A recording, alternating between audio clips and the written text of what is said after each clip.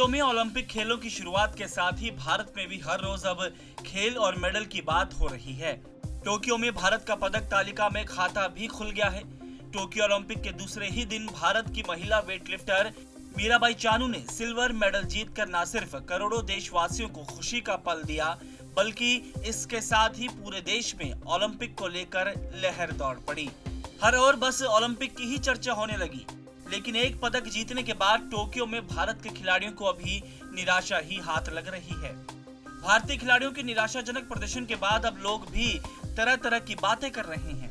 कोई सरकार को दोष दे रहा है तो कोई खिलाड़ियों को, लेकिन असल में बात होनी चाहिए सुविधाओं की, क्योंकि बिना एडवांस टेक्निक के और अच्छी सुविधाओं के कोई भी खिलाड़ी आखिर कैसे अच्छा प्रदर्शन कर पाएगा। सवाल होना चाहिए कि क्या हम खिलाड़ियों को वैसी सुविधाएं दे पा रहे हैं जैसी चीन और अमेरिका जैसे देशों में मिलती है।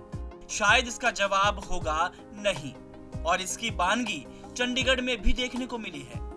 चंडीगढ़ भारत के सबसे सफल धावक फ्लाइंग सिख स्वर्गीय मिल्खा सिंह से जुड़ा है और उनका यही सपना था कि भारत का कोई खिलाड़ी एथलेटिक्स में ओलंपिक पदक जीत कर लाए।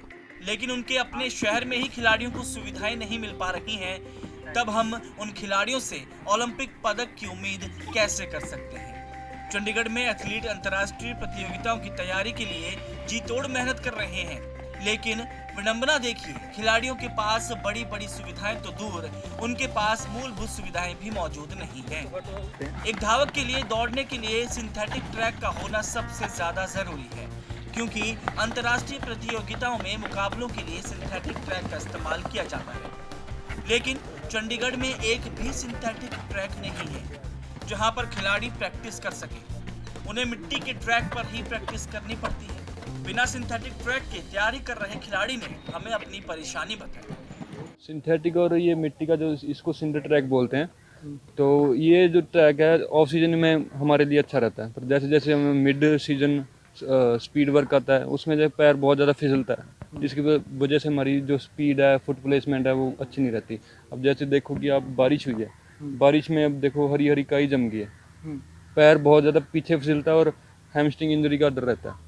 और यहीं अगर सिंथेटिक ट्रैक हो वो साथ के साथ सूख जाता है, उसमें कोई इंजरी की दिक्कत नहीं रहती और स्पीड आती है। जब मतलब जैसे एक आधा सेकंड ऊपर नीचे रहता है, टाइम का फर्क पड़ जाता है कि आपको एथलेटिक्स में किस स्टाइल से भागना है, यहाँ पर कैसे भागना है। यहाँ पर पैर फिसलता है, जोर कई बार वहाँ पर ज़्यादा लग जाता है। अगर आप सीधा वहाँ पर जाओगे, स्पीड वर्क यहाँ लगा के सीधा सिंथेटिक पे जा रहे हो, फिर आपको जोर थोड़ा थाई पुल हो जाते हैं, कई बार भर जाते हैं।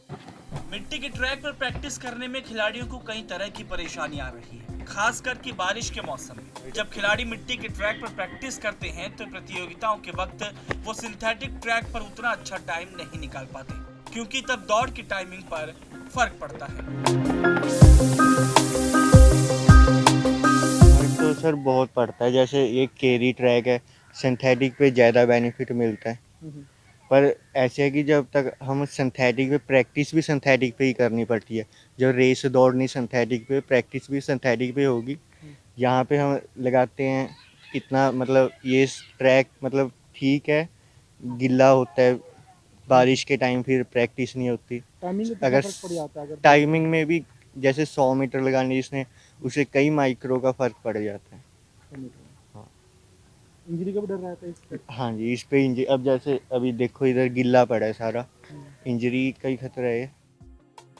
बहरहाल टोक्यो ओलंपिक में हर देशवासी, हमारे हर एक खिलाड़ी से पदक की उम्मीद कर रहा है, और पदक से चूकने पर खेल प्रेमी निराश हो रहे हैं। लेकिन हमें निराश होने से पहले खिलाड़ियों के बारे में भी सोचना चाहिए। अब जैसे ये चंडीगढ़ के हालात हैं, उनको देखकर तो यही सवाल उठता है कि जब खिलाड़ियों के पास सिंथेटिक ट्रैक जैसी मूलभूत सुविधाएं ही नहीं है, तो इसके बावजूद हम उनसे पदक की उम्मीद कैसे कर सकते हैं। हमारे खिलाड़ी ओलंपिक पदक लाने में पूरी तरह से सक्षम हैं, लेकिन कम से कम उन्हें सरकार की तरफ से मूलभूत सुविधाएं तो मिलनी चाहिए। ईटीवी भारत के लिए चंडीगढ़ से विजय राणा की रिपोर्ट।